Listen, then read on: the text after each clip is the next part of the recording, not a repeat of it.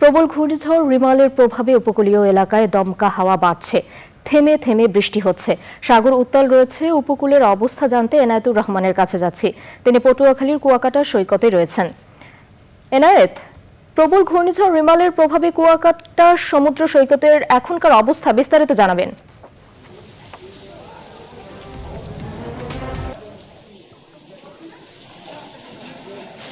ধন্যবাদ প্রিয়াঙ্কা।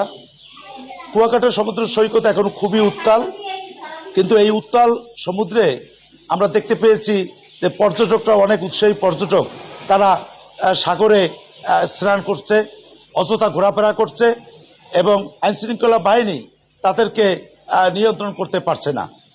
আমি এখন এসেছি কুয়াকাটা বঙ্গবন্ধু মাধ্যমিক বিদ্যালয়ে। এটি একটি আশ্রয়কেন্দ্র।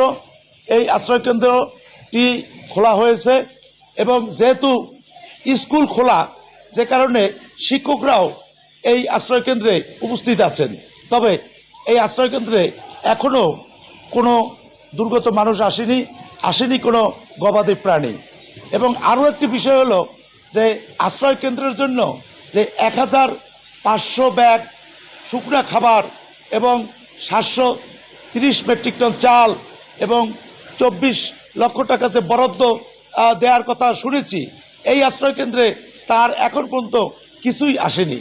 এবং এই অবস্থায় প্রতিটি আশ্রয়কেন্দ্রে আমরা জানি যে যদি এই অঞ্চলের মানুষ যখন দেখবে যে আর কোনো দিশা পায় না, যখন আর কোনো পথ থাকে না, তখন তারা শেষ সময় আশ্রয়কেন্দ্রে ছুটাছুটি শুরু করে।